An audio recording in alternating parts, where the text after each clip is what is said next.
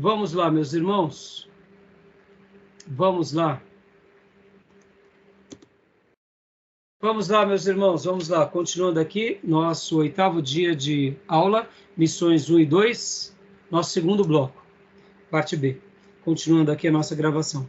Pastor Johnny, há pouco a gente conversava e falava sobre essas questões do que faz uma pessoa se enveredar. Como eu concluía no módulo anterior, na minha opinião, é óbvio, é algo maligno, mas sobre mentes cauterizadas, em que desejam o poder sobre qualquer coisa. E como eles precisam sempre do público, massageando seus egos, eles nunca vão contra a vontade das pessoas, ou da maioria. E sempre irão com uma palavra palatável. Por quê? Porque são assim que agem os falsos profetas.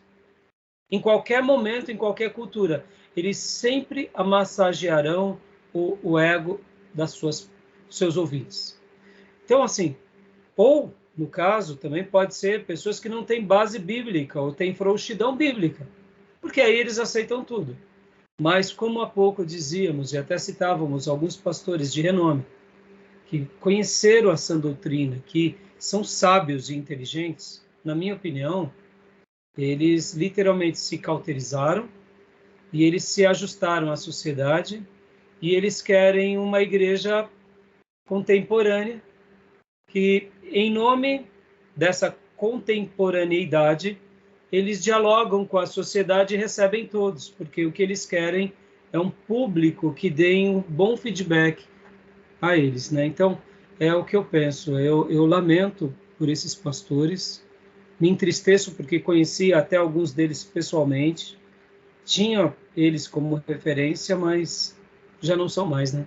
Até porque, irmãos, nosso compromisso é com a palavra. E eu sempre disse isso desde o meu início de ministério. Pastor Ernesto Nini sempre foi uma referência para mim. E ele, graças a Deus, morreu sendo. Por quê? Porque ele nunca negou a palavra. No dia que ele negasse, ele não seria mais minha referência.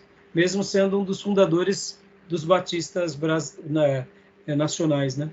Então, eu acho que esse é um critério que a gente tem que ter muito firme em nós. E ainda mais que nós que queremos pastorear na metrópole, pastorear igrejas que façam trabalhos de evangelismo e façam trabalhos de missões, nós temos um dever, que é proclamar a mensagem do reino, sobretudo. Tá bom? Então, acho que esclareceu, né, pastor Johnny? Mais alguma dúvida, pastor? Esclareceu sim. Não. Né? E quando eu falo poder, une-se a política, une-se a mensagens. Por exemplo, né? Como no intervalo você mencionou, que o Caio Fábio estava numa entrevista e foi questionado mesmo a questão dos gays, não foi isso? Isso, ele foi indagado a respeito do homossexualismo, inclusive no período de Jesus ali. E aí ele responde: não, Jesus não tocou no assunto, né? Tipo, Jesus não se importou, em outras palavras, quase dizendo, Jesus não se importou com isso, não. Sendo que nos dias de Jesus havia a homossexualidade. Agora, a pergunta que fica, e é bom que a gente deixe até registrado, havia homossexualidade entre judeus? Essa prática era comum aos judeus? Não conheço relato nenhum. Pelo contrário, o povo judeu sempre foi contra a homossexualidade, o adultério. Eles podiam até ter exagero no adultério. Punir as mulheres e não os homens. Desequilíbrio no julgamento. Mas eles não tinham relações de incestos, não tinham relações de adultério, porque eles questionavam adultério, homossexuais, bestiais com animais, ou seja, e também não faziam cultos voltados à promiscuidade. Então, na fala do Caio Fábio, que você está citando, que eu não duvido, porque foi bem parecida a que eu ouvi, ele pega a pessoa de Jesus, porque se uma pessoa já tem uma inclinação homossexual, a fala do Caio Fábio acaba sendo o quê? Um precedente. Se Jesus não censurou, logo pode. E é um pastor que está falando. Agora, vamos melhorar. Paulo, que foi pregador entre os gentios, no capítulo 1 da carta aos Romanos, ele já vai na contracultura dos romanos. Ou seja, ele não criou aquela igreja foi fruto da dispersão dos cristãos. O evangelho chega lá e ele era uma autoridade, então ele é prestigiado. E ele, como líder, já vai na contracultura, dizendo que quem pratica isso é um ato antinatural e Deus os punirá, os que praticam e os que endossa. Ué, por que ele não cita Paulo, então? Porque Paulo, a mensagem de Paulo não era exclusiva aos judeus, era aos gentios. E os gregos e romanos tinham, sim, as suas casas de massagens, tinham as suas práticas homossexuais, e o texto em Romanos 1 vai na contracultura do império dominante. Em outras palavras, Paulo não foi palatável. Paulo foi na contracultura. E Paulo foi muito bem resolvido. E aquela igreja se estabeleceu sendo muito bem resolvida, abandonando as práticas dos velhos homens. E é até bom que a gente comente isso. Deixa eu até fazer uma leitura aqui com vocês de Efésios 5, que aqui Paulo também vai estar falando para um outro povo, que é os Efésios. E olha só o que ele vai falar no capítulo 4, do versículo 17 em diante. Ele vai falar sobre o procedimento dos filhos da luz. E aí ele continua falando sobre tudo isso. E olha só que interessante, que ele vai trabalhar aqui no seu texto, mostrando para que os crentes de Éfeso fossem tão polidos que eles deveriam fugir de todas essas práticas, de todos esses pecados e de até pensamentos com relação à imoralidade. Então, quando a gente lê aqui Efésios capítulo de número 4, do versículo 17 em diante, olha só que interessante. Deixa eu pegar aqui no meu texto pelo celular, que a minha Bíblia está ficando pequenina. Efésios 4, 17, olha só.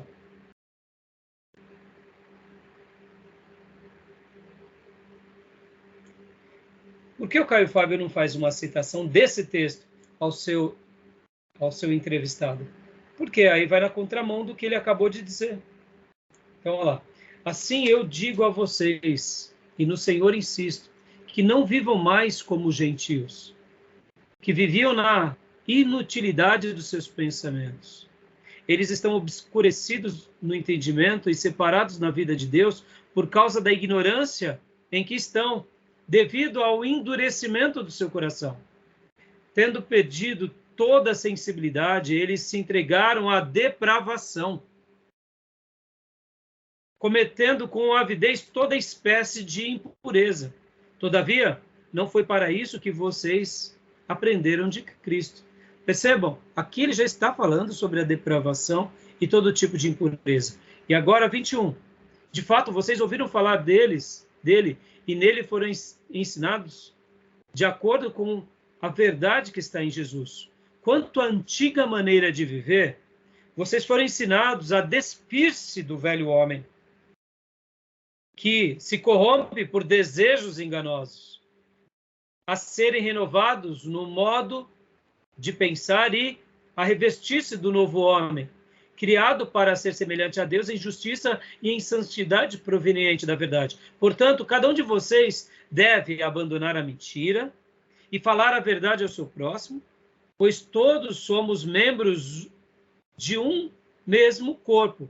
Quando vocês ficarem irados, não pequem, apaziguem a sua ira antes que o sol se ponha, e não deem lugar ao diabo. O que furtava, não furte mais, antes trabalhe, fazendo algo de útil com as mãos, para que tenham o que repartir com os que estiver em necessidade. Nenhuma palavra torpe saia da boca de vocês, mas apenas o que for útil para edificação, para edificar os outros, conforme a necessidade, para que conceda graça aos que a ouvem. Ou seja, Paulo aqui fala até de palavrão, boca suja.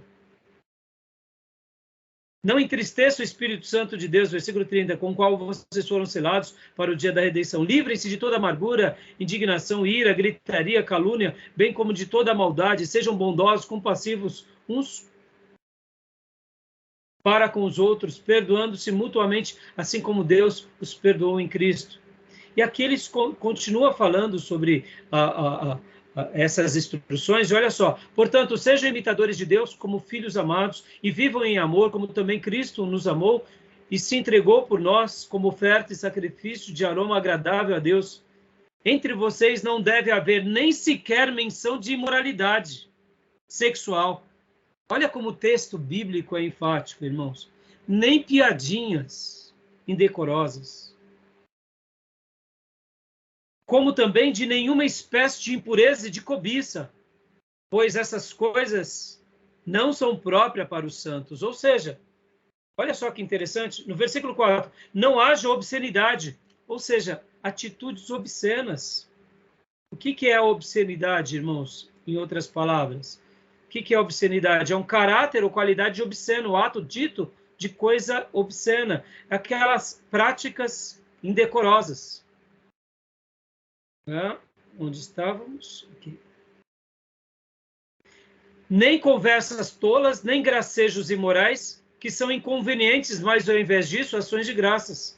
Porque vocês podem estar certos disso, nenhum imoral, ou impuro, ou ganancioso, que é idolatria, tem herança no reino de Deus, de Cristo e de Deus.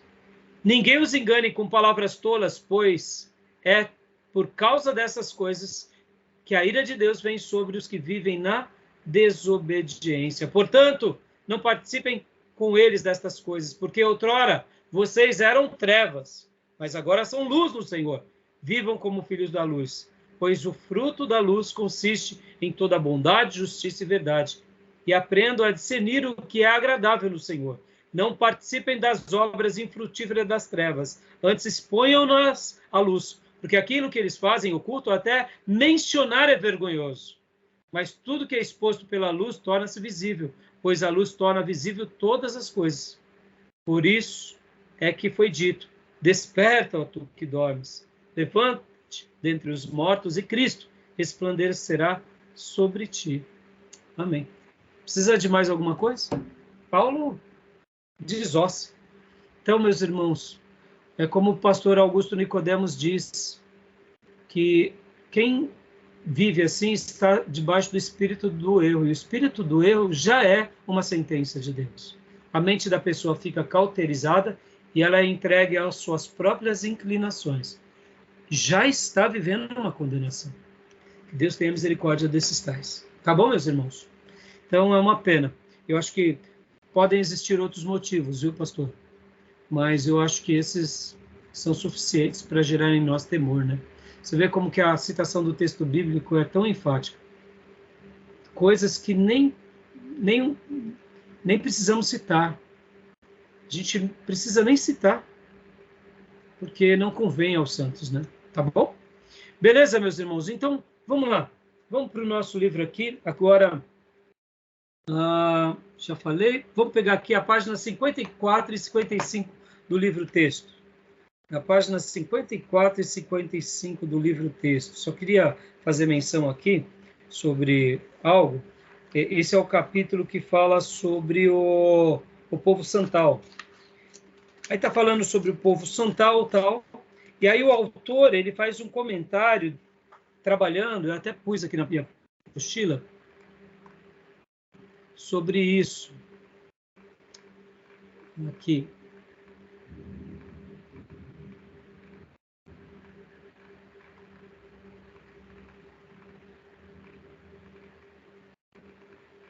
Ele fala um pouco sobre essa questão do povo santal, mostrando um pouco... Vocês estão com o livro aí na mão?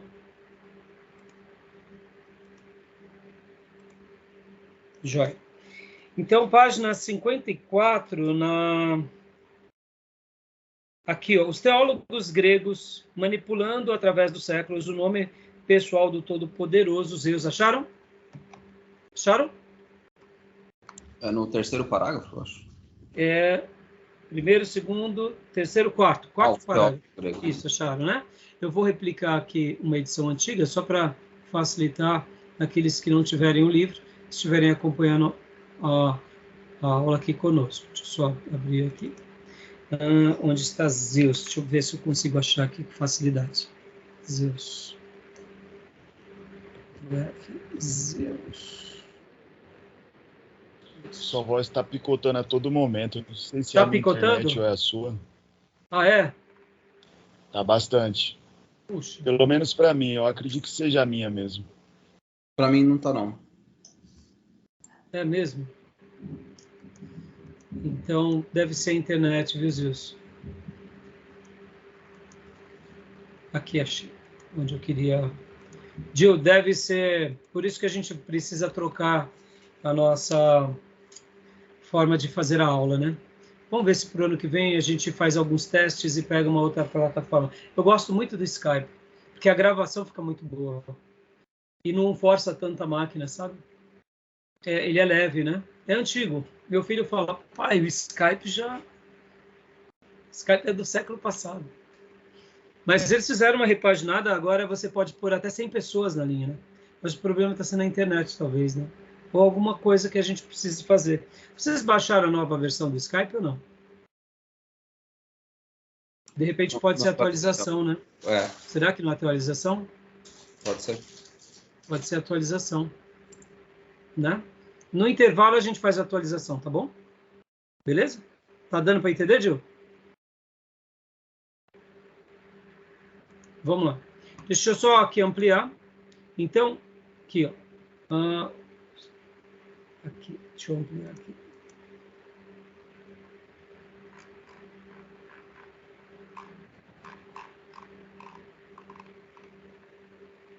Onde está?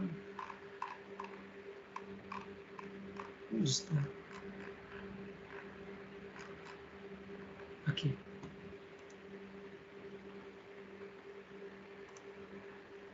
Já. Então, deixa eu compartilhar aqui com vocês. Mas vamos ler no livro, né? Isso daqui é mais para quem não conhecer essa obra, pode estar conhecendo através dessas páginas aqui. Então, os teólogos gregos, leia para nós, pastor Johnny, essa expressão. Agora. Por favor. Os teólogos gregos, manipulando através dos séculos o nome pessoal do Todo-Poderoso, Zeus, introduziram gradualmente significados inconsistentes com o conceito original.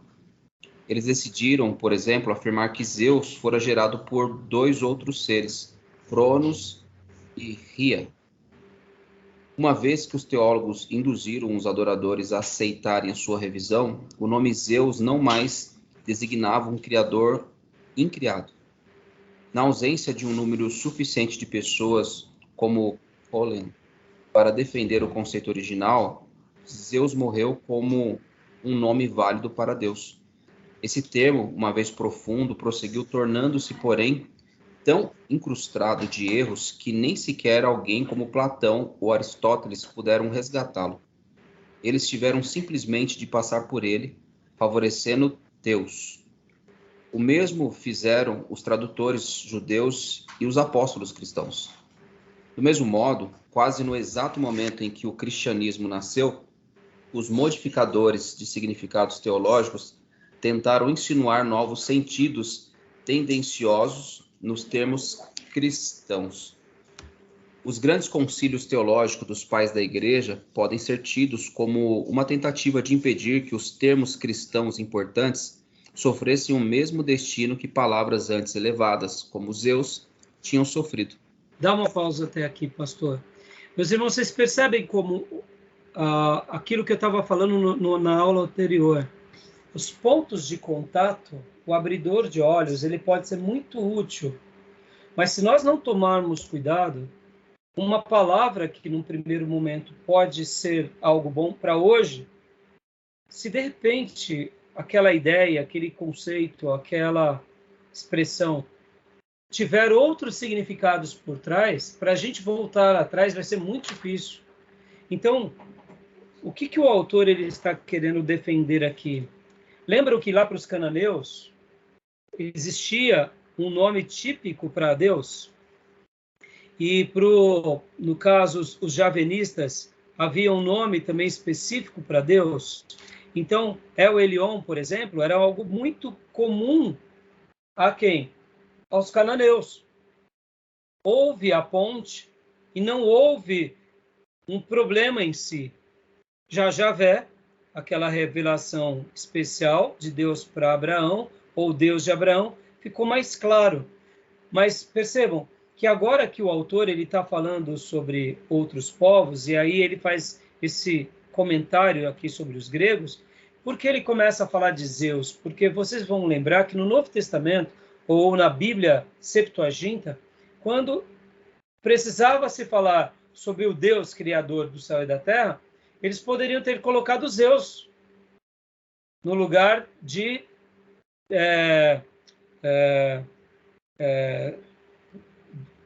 Deus, né? Como assim? Vou explicar para vocês. Aqui, eu até coloquei na minha apostila. Na realidade, o que ele está querendo dizer é o seguinte. Deixa eu tentar ser mais claro nas minhas palavras. Como que você resolve essa questão de chamar Deus, no caso, né? Como que você faria a correspondência do hebraico para o grego? Como que você ia chamar Deus, no caso? Como que nós estaríamos trazendo uma correspondência para a língua grega do eterno? Sendo que, para eles, Zeus era uma correspondência boa num primeiro momento. Só que eles viram que Zeus, em algum momento, como a gente vai ver agora, acabava sendo um ponto fraco e falho, porque não correspondia. Então, no grego, tinha uma outra palavra. Qual era a palavra? Era theos, ou o logos. Então, a gente vai ver que nas traduções da Septuaginta, ao invés de ser colocado Zeus, foi colocado Theos, e no Novo Testamento também Theos e Logos, que representam nomes gregos válidos para o Deus verdadeiro. Então, eu até coloquei aqui, deixa eu compartilhar parte da minha apostila para ser mais claro aqui para vocês. Quer ver? Aqui. Deixa eu mudar aqui o texto. Aqui.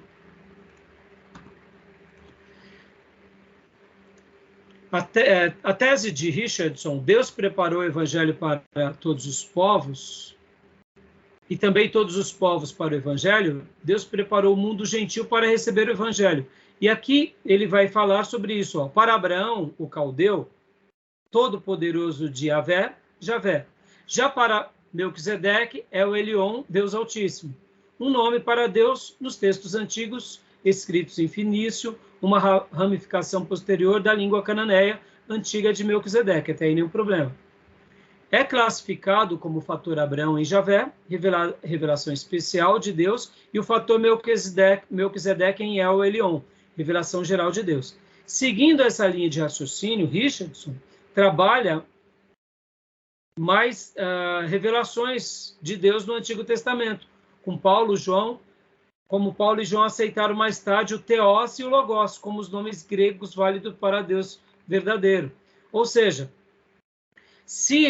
vamos agora continuar lendo o restante de onde você parou, pastor, porque no primeiro momento parece ser simples as pontes que a gente faz quando a gente vai fazer uma tradução ou quando a gente está fazendo.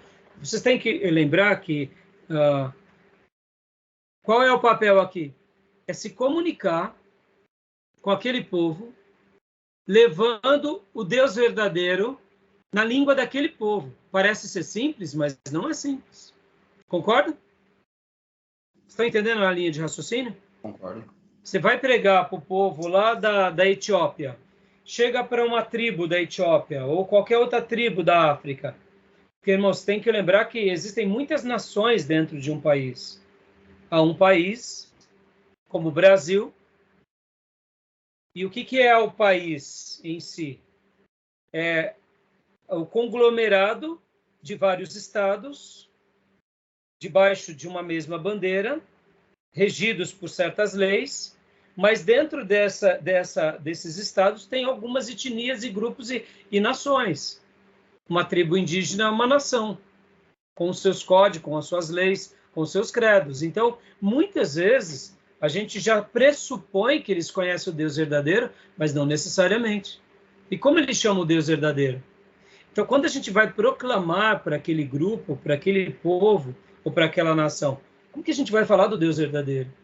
Então, o que ele estava dizendo aqui foi algo que os nossos irmãos do passado passaram, porque quando estavam tentando explicar o Deus de Israel aos gregos, eles poderiam até chamar do Eterno de Zeus, mas eles viram que em algum momento Zeus não fechava, não tinha essa correspondência, né? Então, vamos voltar aqui para a literatura do Richardson, para a gente continuar a leitura. Ficou claro para os irmãos? Eu consegui explicar bem ou não? Sim, sim. Tá dando para entender? Então tá. Ok. Vamos lá. Então, pastor, continua onde você tinha parado. Joia. Uma das surpreendentes características desse Deus dos céus, benigno e onipotente, comum a muitas religiões populares da humanidade, é a sua tendência de identificar-se com o Deus do cristianismo. Esse Deus dos céus, embora considerado pela maioria das religiões populares como remoto e praticamente inatingível, tende a aproximar-se e falar às pessoas religiosas sem que elas mesmas o saibam. Estão prestes a encontrar emissários do Deus cristão. E o que esse Deus dos céus diz nessas ocasiões? Ele se vangloria e se encoleriza invejosamente contra o Deus do cristianismo, como uma divindade estrangeira usurpadora? Pressiona seus seguidores a rejeitarem fanaticamente o evangelho do intruso?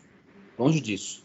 Em centenas de casos, atestados por literalmente milhares de religiosos em todo o mundo, esse Deus dos céus faz exatamente o que El Elyon fez através de Melquisedeque. Ele reconhece alegremente como sendo seus mensageiros de Javé que se aproximam. Toma cuidado para esclarecer perfeitamente que ele é justamente o próprio Deus que esses estrangeiros especiais proclamam. Há a indiscutível impressão de que o Deus dos céus queira comunicar-se com pessoas de várias religiões populares todo o tempo, mas por suas próprias razões misteriosas manteve uma política de restrição até a chegada do testemunho de Javé. Esta é, com certeza, uma poderosa evidência extra-bíblica da autenticidade da Bíblia como revelação do Deus verdadeiro e universal. Ela é também, como veremos mais tarde, a principal razão humana para a aceitação fenomenal do cristianismo entre pessoas de muitas religiões populares diferentes em todo o mundo. Além do mais, cada passagem das Escrituras tem testemunhado no decorrer dos séculos que o nosso Deus não se deixou ficar sem testemunho, independentemente da pregação do Evangelho. Veja, por exemplo, faz menção de alguns textos bíblicos. Esse testemunho, embora diferente em espécie e qualidade do testemunho bíblico, continua sendo mesmo assim uma evidência dele. Tá joia. Até aí, pastor. Pastor, na página 54, leia para nós o primeiro, segundo, terceiro parágrafo, página 54. Olha que interessante, seria um pouquinho, um parágrafo antes daquele que você começou a ler. Perfeito. Zeus, né? Isso. Zeus, como uma terceira variação do Deus original, conseguiu evitar a generalização, sobrevivendo como um nome pessoal específico.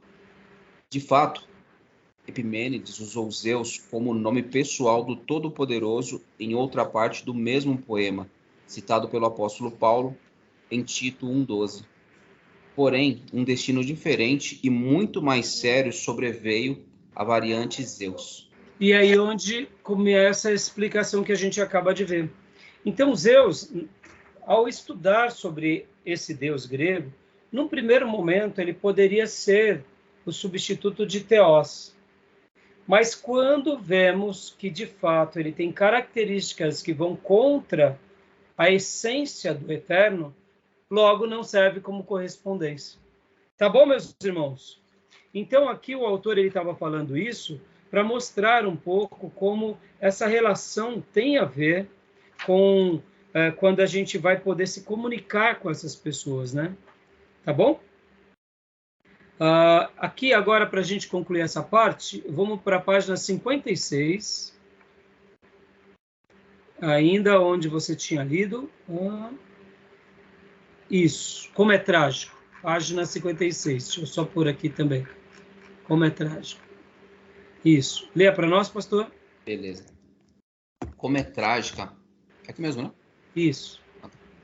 Como é trágica a verdade de que os cristãos, em geral, não sabem praticamente nada sobre esse fenômeno mundial de um pressuposto monoteísta subjacente à maioria das religiões populares da Terra. Muitos teólogos e até alguns missionários, cujos ministérios foram tremendamente facilitados por esse fenômeno, ansiosamente empurraram para algum canto escondido essa evidência que serve para clarear a mente. Por quê? Se você pertence a uma tradição que vem ensinando aos cristãos há séculos que o resto do mundo se acha em total escuridão e nada sabe sobre Deus, fica um tanto embaraçoso dizer, abre aspas, estávamos errados. Na verdade, mais de 90% das religiões populares do mundo reconhecem pelo menos a existência de Deus. Algumas até consideram seu interesse redentor pela humanidade. Fecha aspas. Aí, olha aí. Era esse o ponto também que eu queria até concluir esse pensamento. Abridor de olhos. Dizer por uma tradição, estamos errados. As religiões, de uma forma ou de outra, já ensinavam sobre o eterno. É muito mais fácil admitir isso? Ou seria muito mais fácil dizer, não, todos eles estão errados, nós temos a resposta absoluta e nós somos a resposta de Deus para eles? Somos, sim. Mas admitir que há pontos de contato não quer dizer que a gente vai ter uma mensagem inferior, irmãos. Vocês entendem? Então, é muito interessante esse debate, porque nesse debate a gente começa a falar o seguinte, eu estou entendendo como eles pensam, essa vai ser a ponte de contato que eu vou trabalhar, e agora, dentro dessa ponte de contato, pela minha experiência bíblica, eu vou poder trazer toda a revelação especial a esse povo. Compreendeu? Ficou claro, Gil? Sim, pastor, ficou claro. Tranquilo, né? Beleza, né? Sem nenhuma complicação, né? Sem nenhuma dificuldade.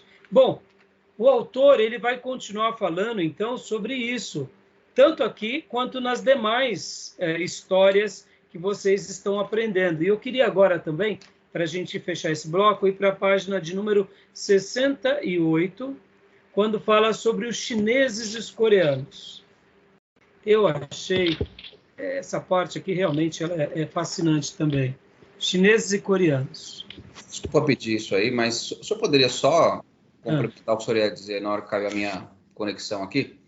Que acho que aquilo que eu estava esperando foi o que o senhor falou agora. Então, vamos lá. É assim, pastor, eu estava dizendo que o que é mais fácil?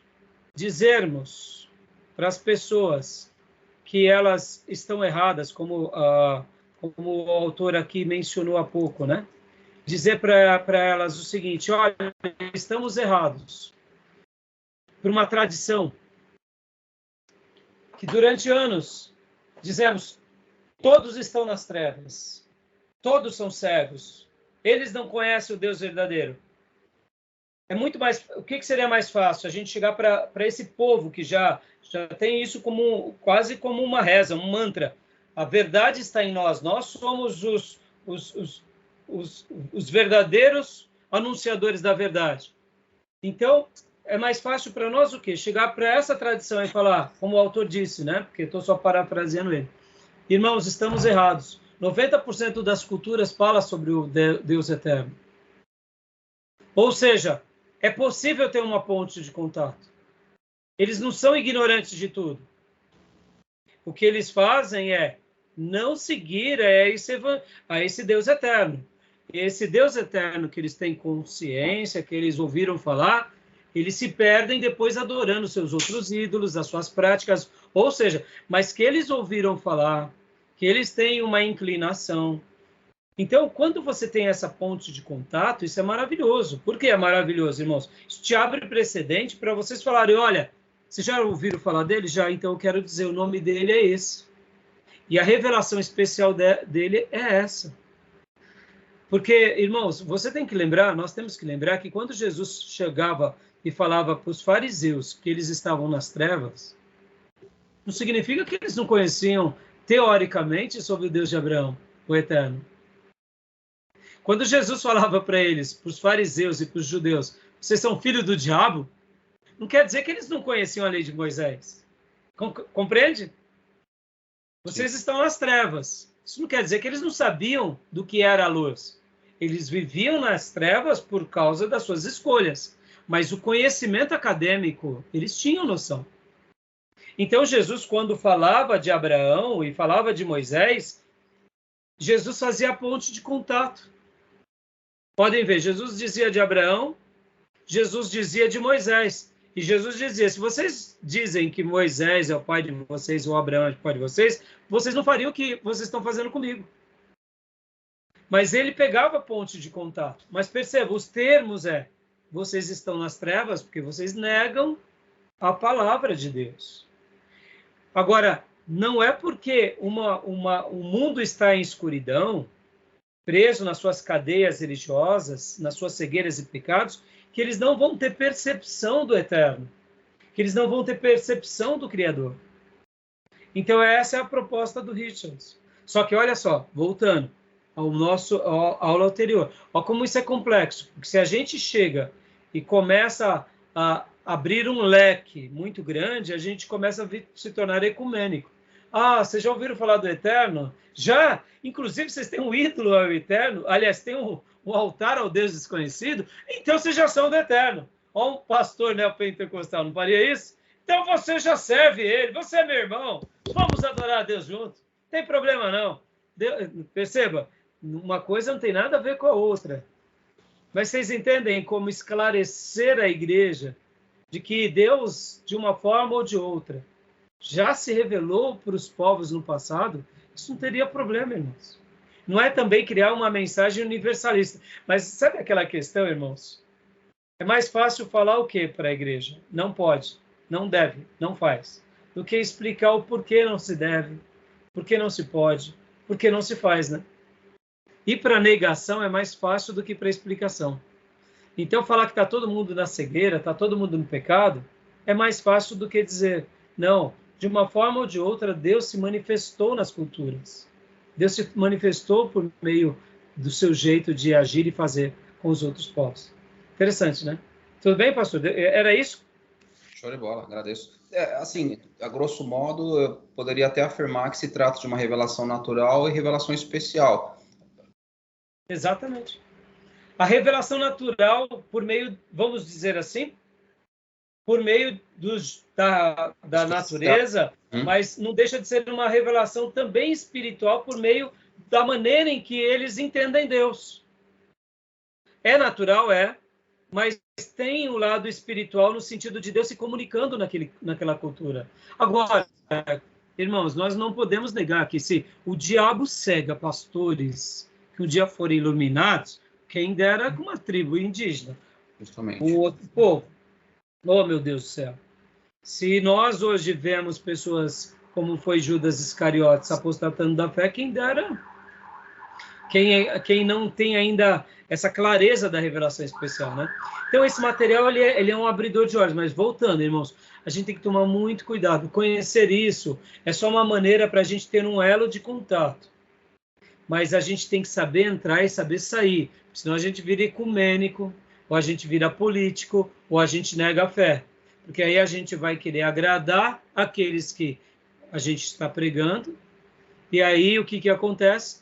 Isso não é evangelismo. Isso também a gente não pode ir para o outro extremo, quer ir para o ataque, para a ofensa, também não pode, né, irmãos? A gente tem que ir para uma mensagem de amor, de esclarecimento, entendeu? Tá bom? Beleza? Tranquilo? E agora eu queria só fazer uma citação aqui, para a gente fechar a aula, os chineses e os coreanos, irmãos. Olha que essas frases que lindas aqui do Richardson. Lê para nós, pastor Johnny, da página 68, nos primeiros parágrafos. Legal, vamos lá. Os chineses e os coreanos. Vamos lá. Os chineses o chamam de Shang-Chi, o Senhor do Céu. Alguns eruditos fazem especulações a respeito de Shang-Chi, né? Poder talvez se relacionar linguisticamente ao termo hebraico Shaddai, como El Shaddai, o Todo-Poderoso. Na Coreia... desculpa, pastor. A dicção lembra um pouco, né? Lembra mesmo. Quem sabe, né? Aí é discussão dos linguistas, tá, irmãos? Continua, por favor, pastor. Na Coreia, ele é conhecido como Hananin, o Grande. A crença de Shang-Chi, Hananin, é anterior ao confessionismo, taoísmo e budismo. Não se sabe por quantos séculos. De fato, segundo a Enciclopédia da Religião e Ética, volume 6, página 272, a primeira referência a qualquer tipo de crença religiosa na história chinesa especifica apenas Shang-Chi como o único objeto dessa fé. A antiguidade dessa referência em questão remonta a cerca de 2.600 anos antes de Cristo. Isso significa mais de 2.000 anos antes do que o confucionismo ou qualquer outra religião estabelecida surgisse na China. Olha só, dá uma pausa. Você tem que lembrar que Abraão está no ano 2000 antes de Cristo. Ou seja, essa ideia de o Senhor dos Céus já tinha sido mencionado entre os chineses e os coreanos por volta de 2.600 antes de Cristo. Continua para nós, pastor. Aqui no caso é na China, né? Especificamente. Os adoradores em toda a China e Coreia parecem ter compreendido desde o início que Shang-Chi, Hananin, jamais deveria ser representado por ídolos. O povo chinês, por sua vez, parece ter homenageado Shang-Chi livremente até o começo da dinastia, 1066 a 770 a.C.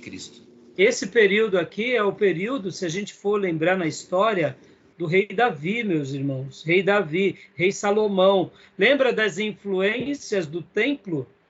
Será que as influências do templo não chegaram também de uma forma poderosa até lá na China? Meus irmãos, quando a gente começa a fazer um estudo, porque a Bíblia muitas vezes não menciona o chinês, japonês, porque você tem que lembrar que eram rotas comerciais. Lembram que antigamente existia até mesmo na época do Império Mongol a Rota da Seda. E quando você vai fazer esse percurso de Rota da Seda, você tem que lembrar que é um caminho tão longo, mas tão extenso, que os mercadores que saíam muitas vezes com as suas mercadorias para chegar no outro lado do mundo, se assim pudesse dizer, eram anos de peregrinação. Então, para se fazer comércio era muito inviável, porque geralmente era por terra, não por mar. Então, quando se populariza isso, ou chama-se depois, né, já depois de muitos séculos, esse caminho de Rota da Seda, depois de muito tempo, depois de muito do desdobramento das civilizações. Mas aqui no ano 1000 a.C., as rotas, você quase não conhecia esses povos, porque eles estavam dentro da sua região. Então, agora eu digo, de uma forma ou de outra, lembra que eu venho falando da escola dos profetas, da influência do tempo? Percebam que até do ano 1000, esse período aí, irmãos, se a gente for lembrar, é o período do templo, é o período de divisão do reino, é o período da escola dos profetas da tribo do norte e da influência dos profetas da tribo do sul. Porque a gente tem que lembrar que foi 700 e pouco que veio o cativeiro assírio. Ou seja, seria coincidência, nesse episódio, os chineses adorarem ao Deus, no caso, o Senhor dos Céus, e não terem ídolos? ou seria uma influência da revelação de Deus já nessas culturas? É muito interessante isso, irmãos. É muito legal isso. Eu, particularmente, quero acreditar que a influência profética dos profetas, ou como a nossa querida professora Márcia Zoner chama o profetismo, chegou até mesmo nesses povos. Eu não tenho dúvida, irmãos. A influência de Abraão chegou nesses povos. É a minha percepção, irmãos. Ora, Deus se revelando diretamente, ora, os ministros de Deus fiéis chegando lá, as histórias. Irmão, você tem que lembrar que as histórias, elas se propagam. Hoje, nós temos as redes sociais. Na antiguidade, eram histórias que eram contadas de um para o outro. E se alguém contava uma história, que era uma história de um patriarca, e era uma história que veio do Espírito Santo de Deus, você acha que o Espírito Santo não ia perpetuar essas histórias no coração dos homens? Claro que ia. É o que eu penso, tá bom, meus irmãos? Então, só conclui aqui, pastor, para a gente. Agora, vamos lá.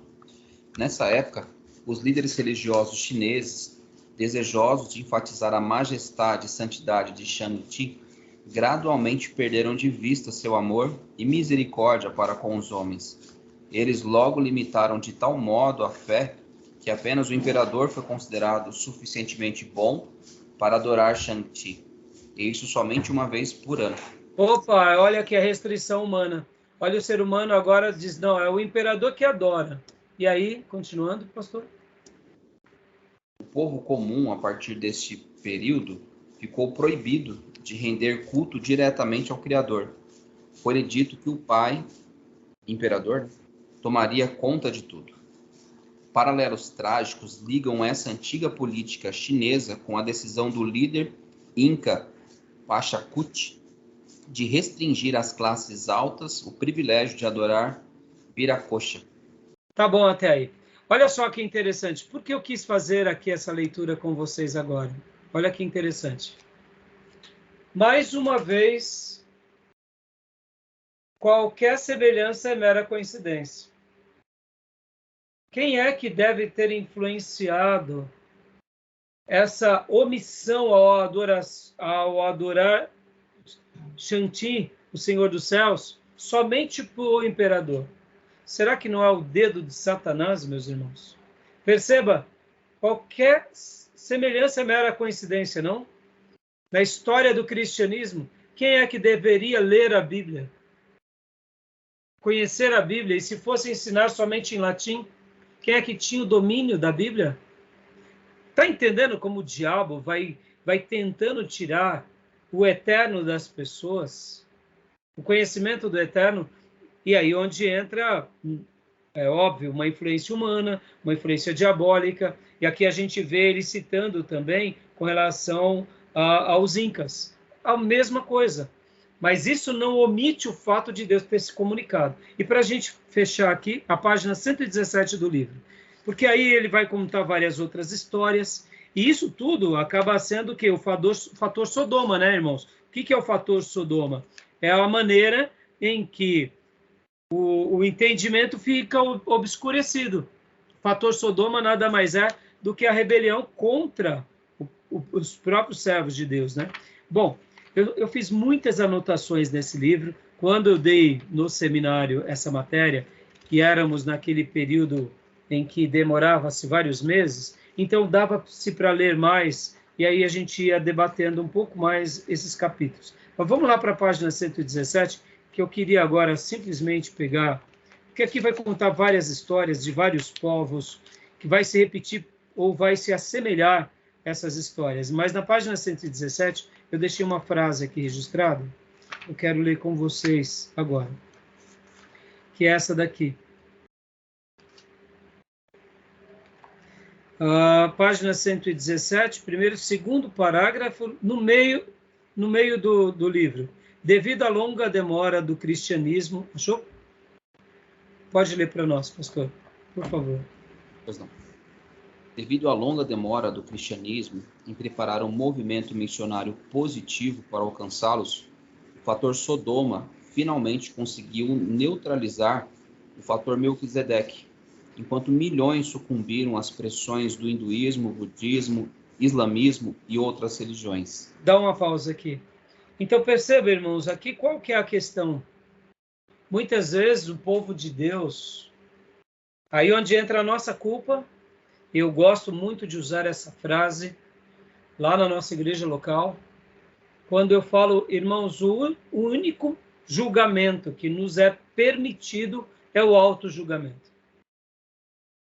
Podem ver que a Bíblia só vai nos dar uma única permissão de fazer o julgamento. Examine-se a si mesmo. Ou seja, é o auto-julgamento. Então, é muito fácil a gente julgar os nossos irmãos do passado, os judeus. Uma coisa sabemos, eles erraram como erramos. Mas vamos fazer aqui uma lição de casa. Devido à longa demora do cristianismo em preparar o movimento missionário positivo para alcançá-los, o fator Sodoma finalmente conseguiu neutralizar o fator Melquisedeque. Queria que vocês gravassem essa frase. Quando nós não cumprimos a nossa missão, não pensem vocês que o diabo não vai estar trabalhando para ser bem-sucedido na sua missão. E aí onde fica essa máxima e essa frase, que ela é muito pertinente na história do povo de Deus no Velho Testamento, na história do povo de Deus no Novo Testamento e na história do povo de Deus, principalmente na história da igreja. Por quê? Porque, irmão, se a igreja não avança, se a igreja não proclama o reino de Deus, o verdadeiro evangelho, as portas do inferno não se fecham. Se elas não se fecham, elas estão abertas. Se elas estão abertas, quem está entrando e saindo? São os demônios e toda a influência do mal. E aí, quem vai retrocedendo diante das portas abertas do diabo? É a igreja. Mas a igreja jamais recebeu a missão de ser uma igreja que retrocede. Ela só retrocede quando a gente não cumpre o nosso papel. E como a gente deixa de cumprir o nosso papel? Quando a gente ensina religiões dos homens, costumes dos homens, crendices humanas, crendices políticas e todo tipo de sorte de heresia. Aí as portas do inferno estão abertas. O fator Sodoma prevalece sobre o fator Melquisedeque e sobre o fator Abraão. Pastor, isso acontece? Não é à toa que a igreja de Éfeso colocou Jesus para fora. Não foi isso? Eis que eu estou à porta e bato. Se alguém ouvir a minha voz, abrir a porta, entrarei, cearei com ele e ele comigo. O que faz a gente colocar Jesus para fora? Senão o nosso pecado, senão a nossa frouxidão na expansão do reino, senão a nossa maneira de viver esse reino tão poderoso. Então, quando a gente, de fato, se posiciona da forma em que o Senhor deseja, com certeza a gente jamais vai perder essa característica que a gente jamais pode perder. Então, meus irmãos, vamos pensar um pouco sobre isso, né? Porque não é da vontade de Deus que a gente retroceda jamais, né? Tá bom? Beleza, meus irmãos? Tudo bem até aí? Beleza. Podem ver que eu fiz a citação, é a igreja de Éfeso mesmo, não é isso que eu estou à porta e bato? Deixa eu ver, confirmar. Não.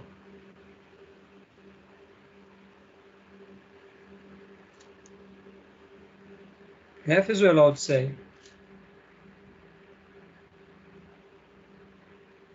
É Laodiceia, desculpa. Igreja de Laodiceia. A igreja de Éfeso perdeu o primeiro amor. Né? O primeiro amor. Tá bom? Eis que eu estou à porta e bato, é a igreja de Laodiceia. Como que a gente põe Jesus para fora? Ué, a igreja é dele, mas ele deu a igreja para a gente cuidar. Se a gente cuida, colocando os nossos ídolos, as nossas politicagens, as nossas hipocrisias, e não a sua palavra, e não o verdadeiro temor, a gente convida ele a se retirar. Né? Tá bom? Meus irmãos, só para a gente deixar o último... a gente já deu a hora também, né? Eu queria agora só concluir fazendo uns últimos comentários da última parte aqui, e a gente fecha, tá bom? Pode ser? Mais 10 minutos? Então vou fechar aqui, tá bom?